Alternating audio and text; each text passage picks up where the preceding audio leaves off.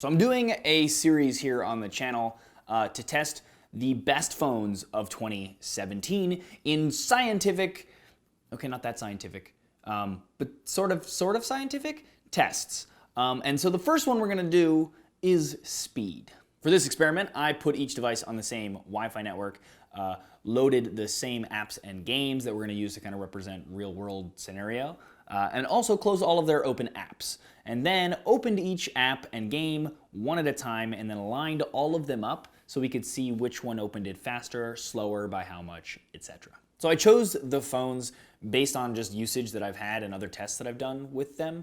And I chose the fastest phones that I thought would be winners in this, right? So that means that already all of these phones are super fast, so like none of them are slouches, but I wanted to see if I put all of the phones that I think are the fastest together, which one would actually win overall. So from left to right, we have the Essential phone, the iPhone X, the Huawei Mate 10 Pro, the Note 8, the OnePlus 5T, and the Pixel 2 XL.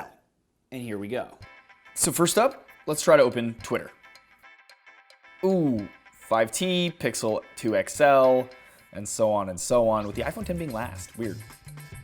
Let's try Facebook.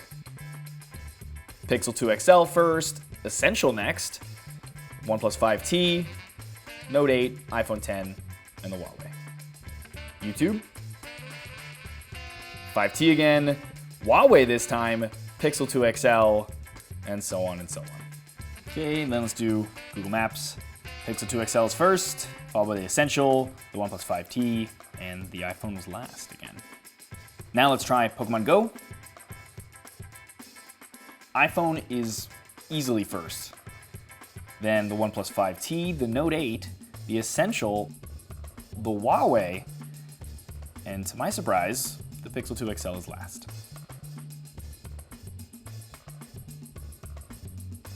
Next, let's do Super Mario Run. The Huawei seems to be having a hard time with this already. And the Note 8 is first, followed by the iPhone X, then the Pixel, the OnePlus 5T, the Huawei, and the Essential are struggling, and the Huawei just beats the Essential phone. And now let's do Sonic Dash.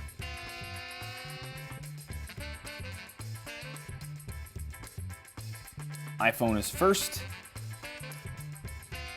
followed by the Note 8, the Essential, OnePlus 5T, the Huawei, and the Pixel.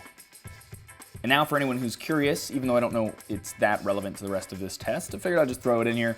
Here are benchmarks. First we have Geekbench, and then we have 3D Mark Slingshot Extreme.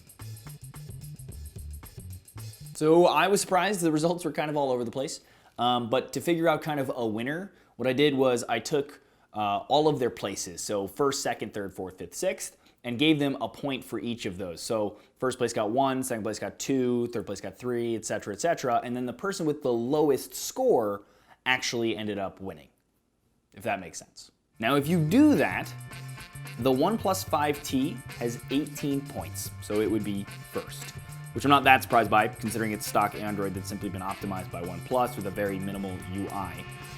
But then by a hair, it's the Note 8, which I was surprised by, considering that Samsung's UI on top historically kind of makes me feel like the phone is slower. And then, say, the Pixel is next with 22 points compared to the Note 8's 21, so very close.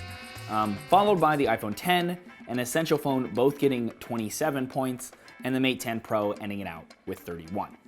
Now again, this isn't the most scientific test, and honestly, like my point system, maybe I could have like put each like the time that it took, so you could see just a little bit how much closer these guys really are to each other, because the points don't really, like if you were sixth and first, but like it was only off by like a second, that doesn't really show you speed.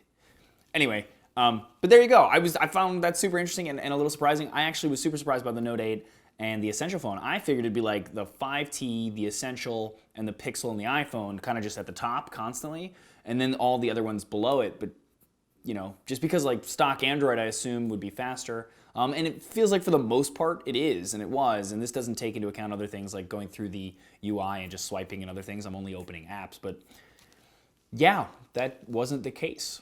So yeah, thought that was interesting. Hope you guys enjoyed it though. If you did, please thumbs up it or share it. It's greatly appreciated. Also, don't forget to check out the rest of my channel. If you like what you see there, please subscribe. As always though, thanks for watching.